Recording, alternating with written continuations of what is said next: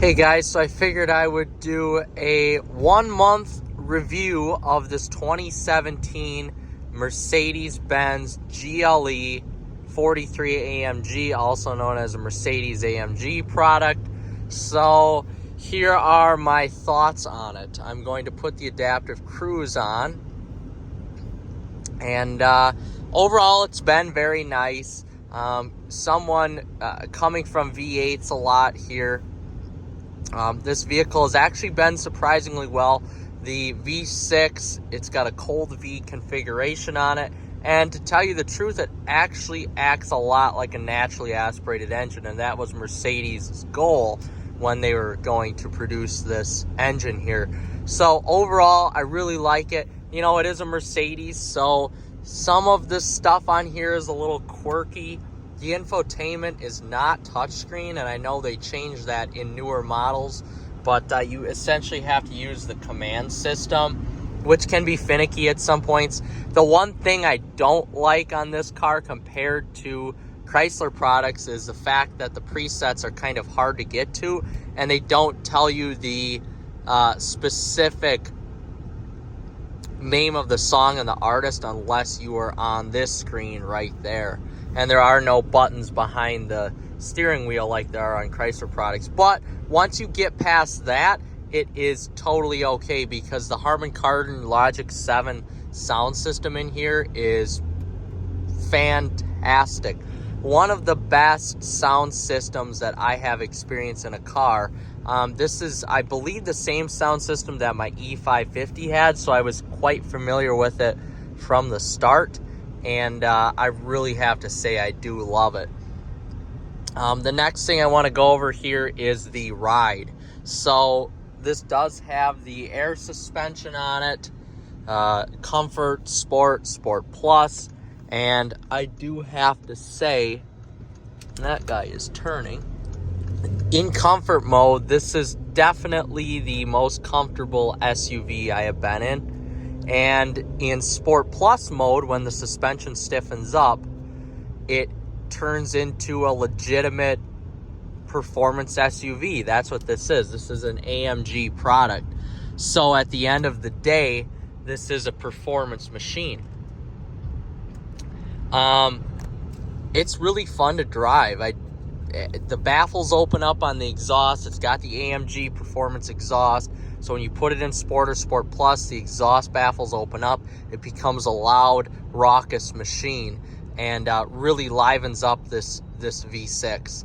So that's fantastic. It's really an enjoyable machine to drive. One thing I don't like in comfort mode, and this was the same thing in my E550, a lot of Mercedes have this issue, these older Mercedes, you feel a little bit sideways when you're going over bumps. So it's not the typical rebound of the up down up motion or up down motion. It's that little bit of side to side sway in comfort mode as well. It kind of feels like an old style Suburban or something like that. But overall, if you're comparing this on the used market, apples to apples, with something like a Grand Cherokee or a Durango or a MDX, Toyota products, or Lexus products, really, you know, you really can't go wrong with this. Now, I haven't been in the Audi equivalent. I haven't been in the BMW equivalent. But I know for a fact that Mercedes interiors are always nicer than those. And or for the most part, I should say. And the overall product you're going to get out of a Mercedes is going to be similar, especially out of an AMG product, is going to be similar to, you know, an American SRT product. Basically, you're getting that loud, raucous, you know, straight line sort of experience. But overall, this vehicle has been very nice. There are some, like I said, some quirks. The middle infotainment, it's kind of tough to get to your gas mileage. This infotainment system, it's a little bit slower because of the command system. The responses aren't slower, it's just slower to get to everything because you can't touch the screen. One thing, of course, we got this used, so this didn't come with cooled seats, which was a bummer, or massage seats, but it did come with this mid-level true leather seating with heated seats. and that is nice. Now, one thing I do have to say about this older command unit, I like all the buttons. I like that the air control here, the HVAC control, is all buttons. And to tell you the truth, this is so similar to my 2011 E550 that it really didn't take me long to get to know this product, because essentially this is the same interior as that E550 but in a GLE. So the E-Class version of the sedan. And I could see why people would get upset with how they didn't update these interiors, but I'm gonna be completely honest with you. Mercedes-Benz best products were that 211 generation. So E-Class from the early 2010s, S-Class early 2010s, C-Class, that type, GLS, GLE, well, it was ML then. Those were the best, truest, and most reliable engines. So if you can put that into an interior like this, that is great. And for me, as long as I have a little bit of a digital gauge, I am totally fine. And to tell you the truth, these analog gauges on the left and the right, you can kind of tell like the little racing stripes in there, the AMG racing stripes, that's pretty damn cool. But overall, driving this machine here on these rough, shitty Wisconsin back roads, in comfort mode, it really soaks up all the bumps. And pairing that with these big seats with some actually great bolstering on the sides, not necessarily on the seats themselves, provides for a very comfortable ride. And on the used market, if you could pick up one of these machines for $40,000 or less, you're doing a phenomenal deed to yourself.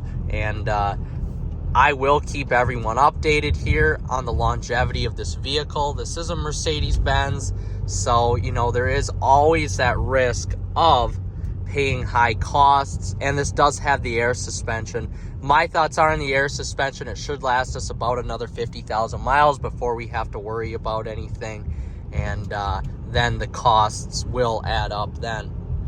But overall, this is a great vehicle here. I'm taking it in for a wash. We will get it all washed up, and then we will do a little conclusion video here after about a month of ownership. So we just got the AMG GLE 43 wash. Taking a look at it here on the exterior, here's some things that drew us to the vehicle and that we liked it. So first was price point. After a month, you pay $28,000 for a vehicle like this that had 50,000 miles.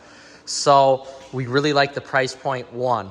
Two, this was chock full of safety features. So advanced cruise control, pedestrian detection, 360 camera, front rear sensors, adaptive cruise, I just said that, lane keeping assist, all the safety, animals, everything. Like, it literally has everything on it for safety. We like that. Insurance costs on this is actually relatively cheap.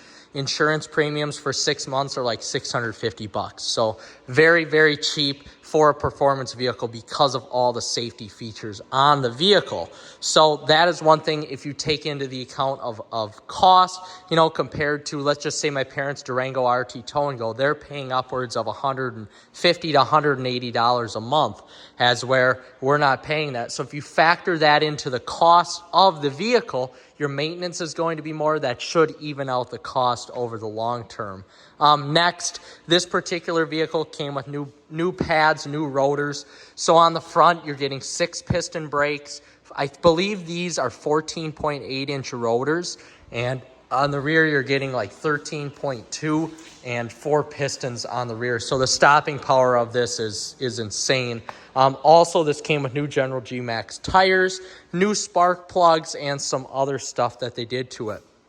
This can also tow 7,200 pounds. So for some reason, if my truck is out and I need to tow equipment to get it fixed, I can tow with this no problem. So that is another thing that drew us to the vehicle.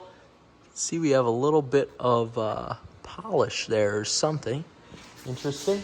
So after a month, that stuff seems to do fairly well.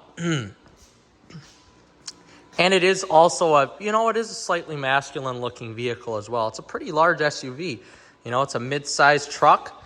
It's 5,100 pounds. It's huge, at least 5,100 pounds, upwards of 5,400 pounds, I believe, with me and my girlfriend in it here, and with gas and everything. So it's pretty cool. The safety features.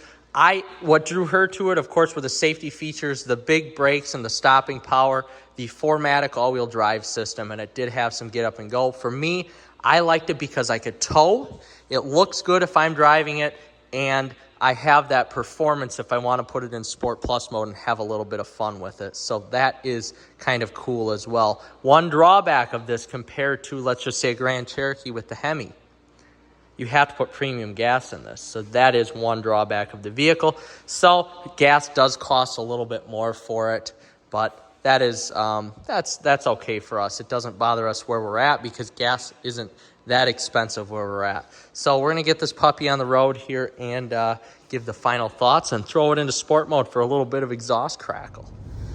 One thing I really like personally about this AMG is the fact that you do have hard buttons on the dash, like I said, but you can see your vehicle's engine data, the vehicle data, similar to what SRT does, but just not that in depth. And I really appreciate that. So you could see your engine temperature, oil temperature, horsepower, torque, that type of stuff. And to be honest with you, I very much appreciate that. We've got a vehicle coming, so we kind of have to bust our butt. Even in comfort mode, this thing hauls, but we're just going to let the engine warm up a little bit here. That's one thing that, especially with German cars, that I'm always a little leery of. You want to make sure your engine is warmed up before you do anything dumb and stupid and fast with them. But this is a cool touch here. I do appreciate that as a performance geek. And it's actually pretty cool.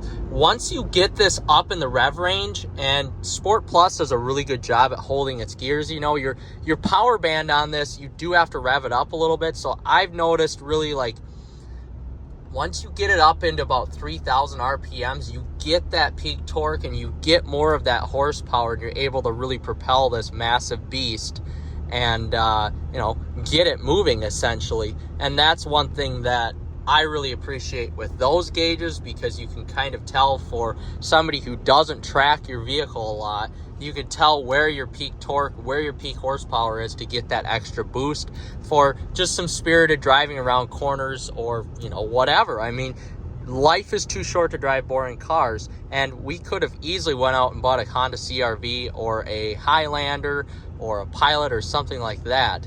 Hell, even an Explorer ST, but life is too short. So that is some of the reasons why I really appreciate this car. And as the car warms up here, which it does a phenomenal job at doing, you can put this in auto, and there's actually 3 different modes of auto. There's focus, medium, and diffuse. I'm honestly not totally sure what those do, and I had those in my E550 and I wasn't sure what those did, but they are pretty nice. Focus seems to kind of focus a little bit more on the actual setting, and diffuse kind of diffuses the air, keeps it essentially odor free, and medium is just a little bit of both. But I like focus, and we're actually going to turn that down. We're just going to enjoy our drive a little bit. It is so comfortable in sport mode, but one thing you could really notice is the body.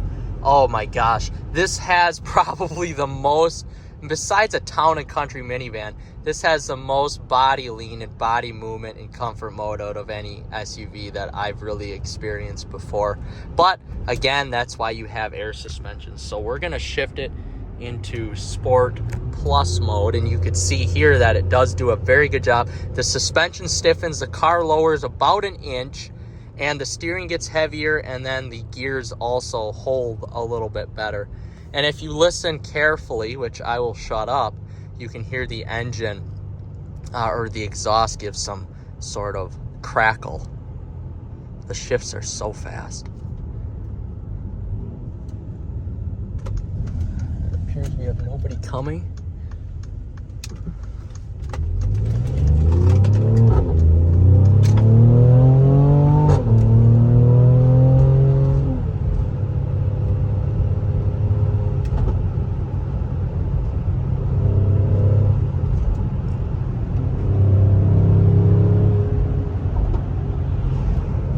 This is a blast to drive. Now, granted, it's not as fun as the Durango with the Hemi, but damn, it is very, very, very close. So it definitely has a lot of pickup and go. And even in Sport Plus mode, it's not too harsh. So that is one thing that is nice and I appreciate about it. You know, at the end of the day, this is a family SUV. This isn't the GLE 63 AMG. That guy is pretty bold. This is the 43 version.